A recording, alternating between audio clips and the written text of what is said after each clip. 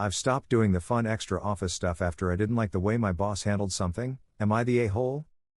I guess background is important and sorry it's long. My job performance is exceptional. I meet every necessary mark 100% of the time and have done so for the last 10 years. Maybe an odd month or two in there due to travel and things that would make it impossible. I've also stepped up and carried the load for coworkers when things have come up to ensure our area isn't dinged for performance issues. Clients get along well with me, I've never had a complaint filed against me, etc. You get the idea. I also am known to do all the holiday decorating, coordinating the gifts for office celebrations, baking the desserts, writing formal thank yous from our department, and making holiday baskets to help maintain positive relationships with the other agencies we work with. A couple months back, there was a policy change and none of us were happy about it. I made the best of a bad situation and adapted to the change immediately. My coworkers did as well, but they all called me to complain and vent. This is normal.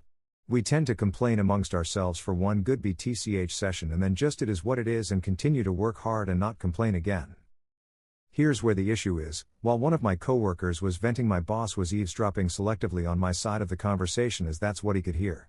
I was commiserating with them, but also pointing out how it wouldn't be that bad, it's in our contract, how we can make it fun/less obnoxious etc. etc. etc. We hung up and I didn't think about it further, especially since neither of us really said anything that you wouldn't expect an employee to say with the kind of change they're wanting. It was pretty damn tame. I didn't think about it again until my boss called me in a few days later to do an employee evaluation in response to it. In every review I've had here I've always hit the exceeds expectations in nearly every category. He cut me down to meets expectations on everything. He reamed me for my attitude for not cutting my coworker off and letting them vent. Telling me I should have told them to call him. He accused me of being negative/a negative influence and that if he didn't nip it in the bud now it could fester and create a toxic work environment. I was and still am pretty pissed about it. Coworkers should be allowed to vent to each other without it being treated like this. After this, as you may have guessed, I'm just not in the mood to head up everything extra I'd been doing to make the office environment fun. I keep my door closed when he's here. I didn't bring dessert for the March birthday lunch. That lunch isn't mandatory, but I didn't want more problems so I went and just sat quietly the entire time. Now there's another appreciation week/month for one of the departments we work with and there's been an email chain about cards/gifts and I've responded the amount I'll put towards it and asked who I should send it to. People are noticing I'm not picking this stuff up and that chain has gone in a circle for days now and I'm not budging. I've had one person approach me about it and I just said I don't have the time to take it on right now. I guess I'm feeling like all the crap I did on the regular to foster a positive work environment got thrown out or was never appreciated because I lent an ear to a coworker and then got viciously reprimanded for it. Like what's the point if 10 years of going out of my way gets thrown out just like that? Am I the a-hole for just quietly stepping out of all of these extras due to my feelings on how this was handled? Am I being overly petty? Relevant comments. Commenter 1. NTA. The boss, as the kids called it, fafoed. Venting is typically a positive and necessary thing, as long as it's handled appropriately, and it sounds as if you were that appropriate bottleneck and sounding board. He was extremely stupid to have not allowed you to explain the situation to him. Stand your ground. Just keep it light, sweet, and my workload is preventing me from keeping up with those extra tasks about it all. OP replies, thank you. I did try to explain it to him when he was marking me down. The real irony is he was sitting there calling me a potential negative toxic presence that was going to ruin team morale the day after I had just handed out handmade valentines to my other teammates. Commenter 2, the fact that he took what he overheard and worked that as part of your performance evaluation is extreme and tells me there is something more to this on his side. All the extra that you are doing are not part of your work duties and stepping back is a choice. Simply let people know that you no longer have time to participate or lead such activities. I would watch things carefully and start documenting.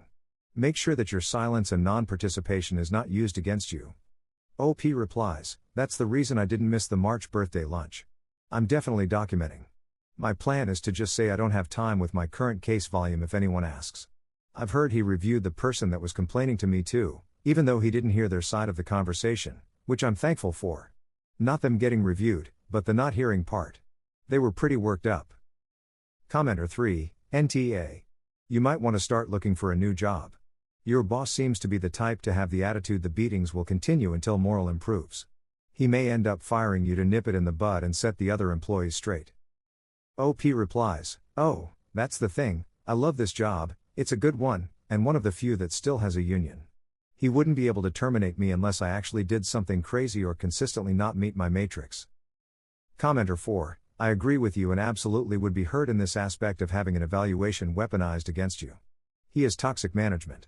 His actions are going to damage morale more than providing a sympathetic ear will ever do. He, boss, is going to try and flip this on you. Now that you're not doing the extras that did brighten up your coworkers' days, he may try and come back and use this against you. Do you have a way to formally dispute the evaluation? Can you speak with HR? He is out of line punishing an employee for listening to someone else vent about the workplace. Venting is healthy. Gets things out in the open so work can continue. I think you need to vent to someone higher on the food chain that can wrangle him in. OP replies, this one isn't the annual so it doesn't really count towards anything that could impact pay/raises. If my next one goes like this I will be taking it above him. At that point it will potentially impact my earnings and I refuse to get docked pay when I do so much. Commenter 5, your boss is a moron. You sound like a model employee and he just sounds like a butthurt child who can't take criticism. OP replies, the whole reason we were complaining amongst ourselves and not to him is because we know the change wasn't something he decided on. We didn't see the point in stressing him out on something none of us have any control over. It definitely felt like a just complain to each other and move on situation. Downvoted commenter, no, this is bad analysis. The boss didn't foe anything. There's nothing in the story here that says the boss even noticed. They cut OP down to set an example and in their mind, it worked. OP stopped complaining about the policy change, ergo it's a win. OP, passive aggression does not work in office environments. Frankly it doesn't generally work at all. But what you want here isn't justice or punishment. You want your good employee review back. And the way you get that back is to ask for it, not to be a silent whiner. Write your boss a professional but firm email explaining that you don't feel you've been fairly treated. If you're really a valuable employee, your boss already knows and will respond in such a way as to prevent you from quitting. And if not, be prepared to move on. But don't fool yourself into thinking that cutting back on party planning or whatever is going to change anyone's mind. OP replies, I was already not complaining by the time of the eval and he had already seen me coordinate with other team members to make a day off it so the change felt more like a hangout with work versus drudgery. I'm sure he felt like it was a win until I pointed out I'd already been coordinating and encouraging the team, which he had seen, and felt he was not treating me fairly. The eval was absolutely some stupid power play on his part. But I think he realizes he effed up because he hasn't been in our office very much since the eval. I've been a supervisor. You don't ream a good employee on a conversation you have heard bits and pieces of. Even if the content displeased you. You talk to them, and escalate only if it continues. I'm not writing an email to advocate for a change as I equate that to some form of groveling, and I'm not in a position where I'd need to. Since my numbers and track record speak volumes on their own, my plan is to take it above him if the eval that matters doesn't accurately reflect the data. Then it goes from being my problem to being his to justify to his higher-ups in the union. I'll also consider a formal grievance at that point. You're correct, my cutting back on the morale office party crap isn't going to change anyone's mind, but it's not being done with the goal to change anyone's mind. I simply don't feel like those efforts were considered and weighed before he essentially accused me of being a cancer to the office, which TBH I found to be very demoralizing and hurtful. It's hard for me to justify continuing it while I feel this way about it. I just feel like I'm being an a-hole to people that didn't do anything by stopping without any explanation or warning. I'll admit, I shouldn't have let people vent to me at the office, that was a mistake on my part, but in performance evaluating the team over it was a huge misstep on his. I'm not planning on quitting. It's a good job with a lot of rare benefits. I'd be an idiot to walk over this, especially where I live. I think when the annual review is up I'll know if I'm going to have to do more. Is there any chances that OP could speak with the union representative regarding this issue? OP replies, I could, but I'm holding off unless he tries to take it further than this. My actual review is up in a few months, and if that goes like this again with how good my performance is, I will be. OP clarifies the context of the office gossiping and venting. OP, I think you may not understand the difference between venting and gossip.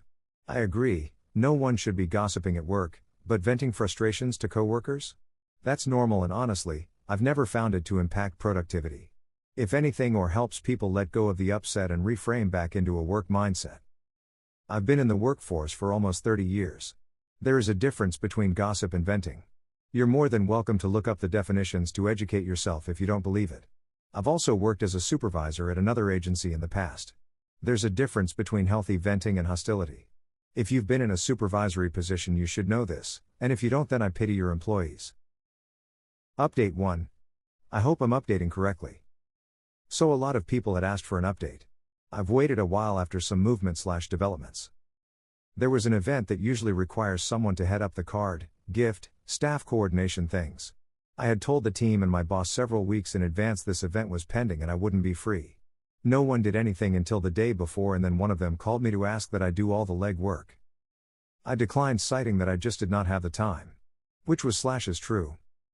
My higher-ups cornered me on this a few days later, stating that I've been pulling away, teamwork makes the dream work, etc., and citing this event as evidence.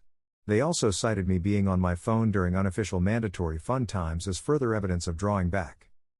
I told them that I had given everyone, boss included, weeks of notice that the event was coming up and I wouldn't be available to head it up. I pointed out that I'm still helping the team with tasks directly relevant to work, but with my current caseload I just can't afford to allocate time to the social/event planning right now. As for the mandatory fun, I reminded them that I often don't get lunch breaks due to community meetings that get held at those hours and my having to flex out early on those days. So having to lose out on a good break on a day I don't have to is burning me out. They fumbled around for about 30 minutes trying to convince me, and I just held firm that with my current caseload, I don't have time to allocate to non-essentials. I was told I'm allowed to prioritize my breaks. I've been so busy I haven't had a chance to attend the community meetings recently, and honestly, this might be another thing I end up cutting back on in the long run. Overall, it came across like they're panicked I'm considering leaving. There was a comment about that concern and I let them know I'm not planning on leaving, but I am taking time to restructure my priorities now that my caseload has increased. Relevant comments. Isn't OOP overdoing her work? OP replies, I never work over 40 hours. My hours end and I walk right out the door and I leave the work phone there too. I don't think I was overdoing it, just making sure I was covering those that will cover me when things come up. It's not even a weekly occurrence, and they always reciprocate. I still plan on helping cover what needs coverage in regards to things relevant to the job, just not the card/party planning stuff due to the way and feeling about things right now. Commenter 1, you're a woman, aren't you? Don't let them use you for free labor like that either way. He can write his own thank you notes. Don't do anything above your job description. You've been there 10 years? It's time to look for a new job. I bet you're underpaid too. Curious what the policy change is, though. OP replies, oh, I'm not underpaid, I'm compensated fairly. This is a job worth writing out frustration for. Policy change was to make some non-traditional hours with stipulations mandatory. I'm sure once the changes inevitably result with problems during standard business hours, they'll eventually reconsider this stupid short-sighted band-aid fix. Commenter 2, it sounds like you have a lot of energy and enjoy doing things/getting things done. Rather than feel bad about work, consider using this energy in circles that will appreciate you. Volunteer work, hobby circles, whatever. I do a bit of volunteer work at the local elementary school and they are 10,000% more appreciative of my time than any boss I've ever worked for. OP replies, the nature of my work is emotionally draining. You could describe the relationships with coworkers as trauma bonded at times. I do not have it in me at the end of my 40 hours to do more of what I do at work for no pay. I know that sounds awful, but I need my non-work hours to spend time with friends, family, pets, and hobbies. I can't serve from an empty vessel. I know everyone is saying just quit, etc. But that's realistically not a solution for me. I love the work that I do. I find large areas of it to be incredibly fulfilling. I'm having a positive impact on my community. I know that I bring a personal history that allows me to be somewhat good at what I do. I'm not sure they'd be able to easily find another me, and that's unfortunately what the clients on my caseload need. Beyond that, however, I enjoy coming into work at least 90% of the time. I know I wouldn't be able to find another job that checks all the boxes this one does. Especially not where I live. Commenter 3, what point are you trying to make by backing out of the fun stuff? The boss obviously doesn't care about staff morale. OP replies, I'm not trying to make a point, I feel like people aren't getting that. This isn't some passive-aggressive way to get back at anyone. I just feel really demoralized by the way he handled this, which makes me not want to do any of the extra non-work related stuff anymore. I'm feeling like an a-hole because my coworkers are the ones scrambling to fill the gaps in that area now that I've just kind of gotten too busy to head it up right now. Commenter 4, 1. How the hell are you achieving exceeds expectations? I have done everything extra, volunteered for additional tasks and responsibilities, and I've only ever gotten meets. Last year I actually got sick of it and asked what it actually takes and was told flat out that corporate designs the metric to make it impossible. He's a typical mid-management corporate jackhole. Took a one-sided conversation clip and got scared and offended his crap isn't being eaten up with a smile. Then just cracks down on you over one incident where he was eavesdropping? FMNTA. OP replies, I am very detail-oriented, organized, and efficient to a fault. A lot of stuff I do simply because I feel guilty for having free time at work. I could probably complete my entire job functions each week in like 20 hours if it was allowed that option. I've always been like this, I probably have some kind of disorder. I'm just as bad at home. My husband has told me that I complete more in the time between waking and getting to work than a lot of people manage in an entire day. The job I left for this one had to hire more than one person to replace me, but training was probably easy because I wrote a guide on what needed to be done daily/weekly/monthly/quarterly/annually and gave them my spreadsheets. I know if I reached out to that previous job they'd snap me up in an instant, but their pay and benefits are crap. Was OP considering about having a promotion at their workplace? OP replies, I have zero desire to be promoted. I left a managerial position where I ran 3 programs to do this job. Less work, more pay, less responsibility. Not everyone fantasizes about job titles. What was the boss's reaction on this? OP replies, not really. Hate to disappoint. The thing is, he's a pretty decent boss most of the time. I think that's why I was so shocked about this whole situation. We don't have a lot of mandatory fun stuff in our office, so I guess there haven't been many opportunities. I'm holding strong to just not heading it up. I'm doing my job and that's about it. My coworkers haven't reached out at all this week, so I think they're processing how to approach my sudden weirdness/distance.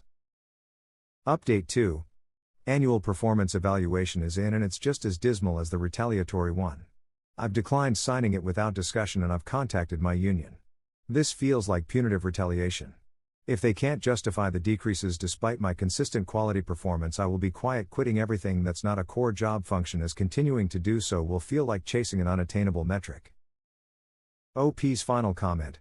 Union advised that technically the review is valid as they're going by the letter of the set parameters, and boss advised that since I meet my deadlines and quotas it's valid. I have gone the route of quiet quitting. Nothing outside the minimum to meet expectations, so my raises aren't impacted.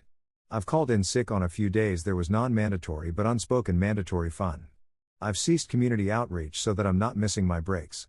Coworkers are aware there was unjust retaliation. More changes have come that impact management. Boss is talking about taking a job with less of a commute. I know I'll be encouraged to apply for their position. All I'm going to do when that happens is laugh. I hope you guys like this video. If you did, make sure like, comment, share and subscribe the channel Relationship Drama Stories.